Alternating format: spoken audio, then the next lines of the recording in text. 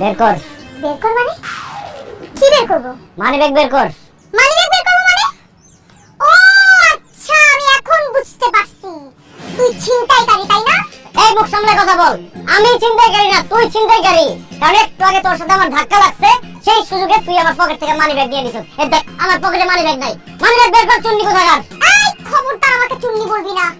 আমার পোশাক আশাক চলন বলন দেখে কি তোর আমাকে চুন্নি মনে হয়? অবশ্যই তোর চুন্নি মনে হয়। তুই হচ্ছিস ভদ্রবেশী চুন্নি। আমার মানিব্যাগ বের কর চুন্নি।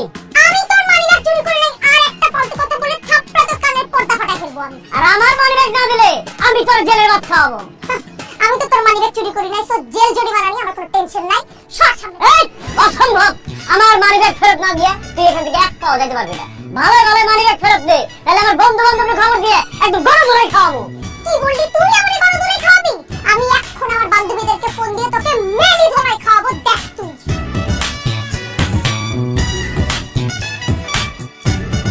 হ্যাঁ রিয়া, বল দোস্ত। 7 নাম্বার সেক্টরে তাড়াতাড়ি আয়। একটা ফালতু ছেচ্চর ছেলে আমাকে এখানে অ্যাটাক করছে। ওখানে অ্যাটাক করছে? তুই কোনো চিন্তাই করিস না, তুই ওখানে না, আমরা সবাই আসতেছি। ওকে। এই হ্যাঁ বল। 7 নাম্বার সেক্টরে একটা মেয়ের লগে আমার ঝামেলা হইছে। জলদি পোলাপান নিয়ে আয়। কি কইলি? তোর ঝামেলা হইছে? আমি এক্ষুনি সবাই নিয়ে আসতেছি। ওকে, আইতাছে আমার বন্ধুরা। এখনো সময় আছে, মানিব্যাগ ফেরত দে, নাহলে তোর এমন পিটান পিটাইবো তোর বাপের নাম ভুলাই দিব। আমার বাপের নাম ভুলাবে? আমার বান্ধবীরা তোরে এমন মাইর দিবে তোর 14 গোষ্ঠীর নাম ভুলে যাবি তুই। ওকে ওকে।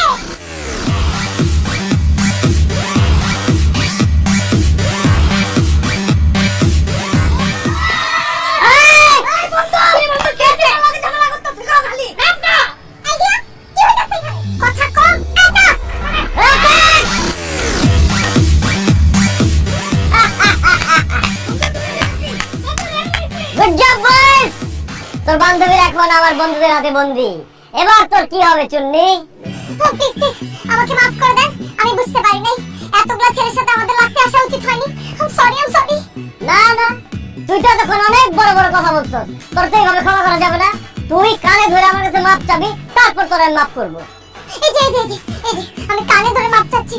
আই সরি, প্লিজ আমাকে মাফ করে দেন প্লিজ। Good, very good.